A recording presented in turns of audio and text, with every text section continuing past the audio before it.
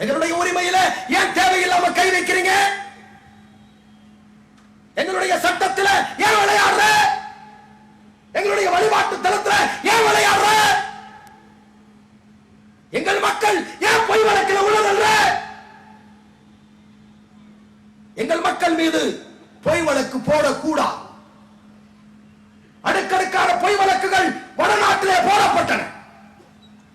மாலேக்கான் குண்டுவெடிப்புல முஸ்லிம்னு சொன்னேன், அஜ்மீர் குண்டுவெடிப்புல முஸ்லிம்னு சொன்னேன், பெங்களூர் குண்டுவெடிப்புல முஸ்லிம்னு சொன்னேன்.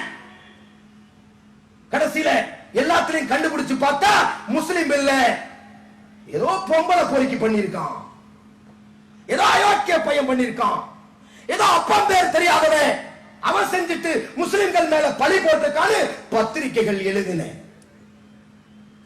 அதையும் பார்த்தோம் நாங்க. எவனுக்கு அட்ரஸ் இல்ல, எவனுக்கு அப்பம் இல்ல. முஸ்லிம்கள் மேல பழிய போட்ட எவனுக்கும் அப்பம் பேர் தெரியல, அதனால பத்திரிகையில பேர் வரல. ஏன் போடு பேர? பெங்களூர் குண்டுவெடிப்புல ஒரு சிம் கார்டு கண்டுபிடிச்சாங்க. யாரால? யாருடையது அந்த சிம் கார்டு? இன்ன வரைக்கும் பேப்பர்ல போட்டியா? ஏப்ரல் மாசம் 17ஆம் தேதி அந்த குண்டுவெடிப்பு நடந்தது.